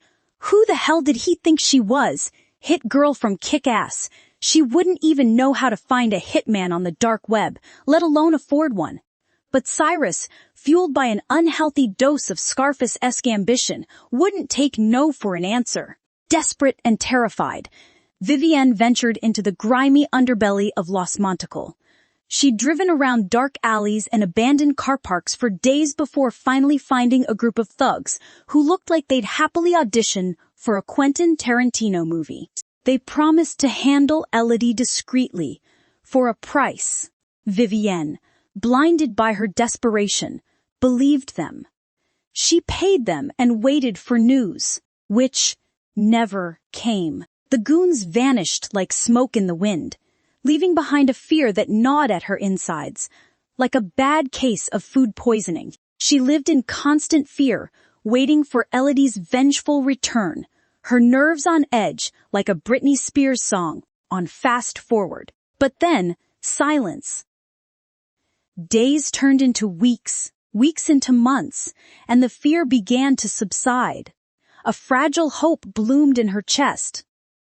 Maybe, just maybe, Elodie was truly gone. But hope, as Taylor Swift would tell you, is a fragile thing. With Elodie's reappearance, it shattered like a dropped phone screen, leaving behind only the bitter taste of betrayal and a renewed wave of fear. Cyrus's verbal assault continued, each word a barb piercing her bruised spirit. Vivienne stood there, numb and silent, absorbing the blows. It was better than the alternative, she told herself, the harsh words she could take, the fists, not so much. Still, a bitter resentment towards her father simmered beneath the surface. She had been just a fresh graduate when he'd entrusted her with such a heinous task, throwing her into a world she was completely unprepared for. She had done the best she could, but still, she could never live up to her father's expectations. Yet, amidst the fear and shame, another emotion began to simmer. Anger. Anger at Cyrus for manipulating her, for playing her like a pawn. And most of all, anger at Elodie. If only she had stayed dead. If only she had vanished without a trace, leaving Vivienne to live her life in peace. But no. She had to come back, dredging up the past and forcing Vivienne to confront the consequences of her actions. Cyrus's tirade died down, his breath heavy and labored. He slumped into his armchair, the effects of alcohol finally taking hold. He glared at Vivienne. "If only you were a boy," he muttered under his breath, the familiar refrain echoing in the room. Vivienne bit her lip, her eyes downcast. The words stung, a constant reminder of her shortcomings in her father's eyes. Cyrus, seeming to have exhausted himself, waved a dismissive hand. "Go upstairs," he rasped.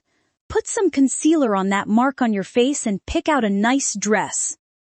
"You're going on a date." Vivienne's stomach lurched. "With whom?" Cyrus smirked, a cruel glint in his eyes.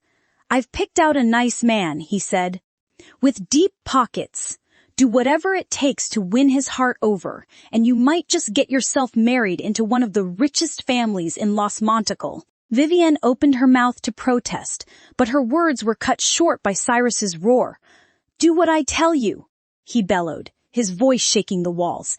"You are now jobless and living under my roof. If you want your monthly stipends to continue, then you do what I tell you." He ran his bloodshot eyes over his daughter. "And this time, don't disappoint me again." Celine shied into Dashiell's office as if she owned the place, her entrance heralded by the receptionist's overly enthusiastic greeting. These daily visits had cemented her image as Dash's omnipresent girlfriend. Inside, Dashiell was just hanging up on Alfred, his frustration palpable. The butler's report of no progress on Elodie's whereabouts had left a bitter taste in his mouth, a taste that only intensified when Celine presented him with her latest culinary masterpiece. The dish, a quivering mass of questionable color, seemed to pulsate on the plate like a wounded animal. A sickly scent, reminiscent of overripe fruit and burnt rubber, assaulted Dashiell's senses. Celine was oblivious to the potential biohazard she had created. "I made it just for you, darling." Dashiell winced. His stomach churned, threatening to rebel at the mere thought of consuming the concoction. But he knew he couldn't refuse. Celine, after all, had gone through so much trouble to prepare this culinary abomination. With a forced smile plastered on his face, he picked up his fork, bracing himself. The first bite was an explosion of saltiness, a volcanic eruption that scorched his tongue. He choked back a cough, his eyes watering. He chewed, each mouthful a Herculean effort, his face contorted in a silent scream. Celine watched him with a rapturous gaze. Dashiell, fighting a losing battle against his gag reflex, forced down another bite. Then another. Celine beamed with satisfaction. "I knew you'd love it." With a practiced flourish, she snapped a selfie of them, their cheeks pressed close together. The caption read, "Just another delicious lunch with my love. Number couple goals, number foodie, number blessed." She chatted about her day, while Dashiell pretended to listen, hoping the conversation would distract him from the blackened, unrecognizable lump that had his taste buds begging for mercy. "Actually," Celine continued, "I was thinking of having you over for dinner sometime. My parents would love to meet you properly." "That sounds great," he said, "as long as Celine wasn't the one cooking. And," Celine added hopefully, "perhaps you could bring Miriam along. It would be nice for our families to get to know each other better." Dashiell's smile faltered faster than a souffle in a hurricane. The mere thought of Celine and Miriam sharing a meal sent shivers down his spine, the kind that even the finest whiskey couldn't cure. Miriam, bless her dramatic soul, would dissect Celine with a wit sharper than a seasoned surgeon's scalpel. Her disdainful gaze would turn Celine into a wilted daisy before she even finished her first bite. "Actually," he lied quickly, "Mom's out of town this week." Celine frowned. "That's a shame." As the conversation continued, Celine's words began to take on a new meaning. She subtly pointed out Miriam's controlling nature, the way she seemed to disapprove of Dashiell's choices. Namely, his choice of mate. "I just want you to be happy, Dash," she finally said, her voice soft. "And I worry that sometimes Miriam's strong opinions might not always align with your own happiness." Dashiell felt himself stiffen. The last time Miriam had tried to control his life, she'd hired Elodie, a woman who, despite her flaws, had earned a begrudging respect from him. Was Miriam wrong to try to control him? Or was she simply trying to protect him from himself? Dashiell wasn't sure anymore. All he knew was that the answer, like the casserole before him, was far more complex than it appeared. Elodie's disappearance, swift and silent as a ninja in a John Wick movie, made him anxious and more than a little intrigued. Was she, as he'd once jokingly pondered, a retired secret agent, a real-life Black Widow? Maybe that was why Alfred couldn't find her. She'd probably already left Danning. Where did she go, though? To another mission? Or was she one of those traveling nurses who took temporary assignments at healthcare facilities across the country? If that was the case, how would he go about locating her? So consumed was he by the various scenarios that he failed to notice the subtle shift in Celine's composure. The controlled mask she wore began to crack, revealing the growing impatience in her eyes. She stood up abruptly and deposited herself in Dashiell's lap, her lips pressed against his as she wrapped her arms around his neck. "What are you doing?" Dashiell scowled slightly. "We are in my office." Celine laughed, her voice husky and seductive. "Oh, come on. Don't be such a stick in the mud. You're always so serious and proper. Can't you just let loose for once?" She ran her hand up his thigh, her fingers dangerously close to his groin. Dashiell's heart raced, his body betraying him as he felt a stirring in his loins. He tried to move away, but Celine followed him, her hands roaming his body with abandon. "You're probably thinking about work again, huh? Can't you just take a break and focus on pleasure for once?" she whispered. "I promise you won't regret it." Dashiell closed his eyes, surrendering to her advances as she straddled him, her legs locking around his waist. "That's all I needed to hear," she cooed, her voice victorious. "Now, let's see how well you can multitask." Her tongue traced a path along his jawline, teasing his lips apart, and slipped into his mouth, exploring every corner. Her fingers brushed against his chest, sending waves of pleasure through his body. Dashiell's world spun out of control. He felt himself getting hard, his blood rushing to his groin, his desire growing stronger by the second. He wanted to take control, to push her away, but his body wouldn't listen. She leaned in closer, her breasts pressing against him, her softness driving him wild.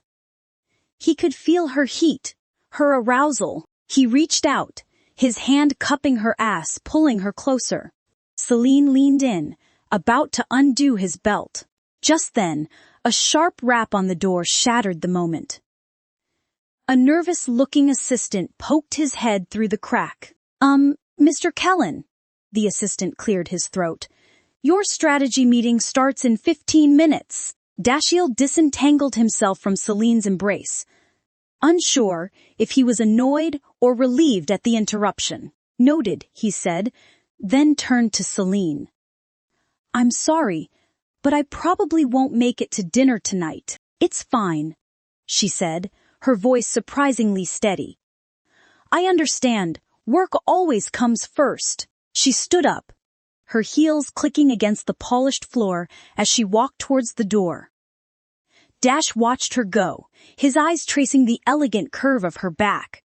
A part of him wanted to call her back, to tell her to stay, but he didn't.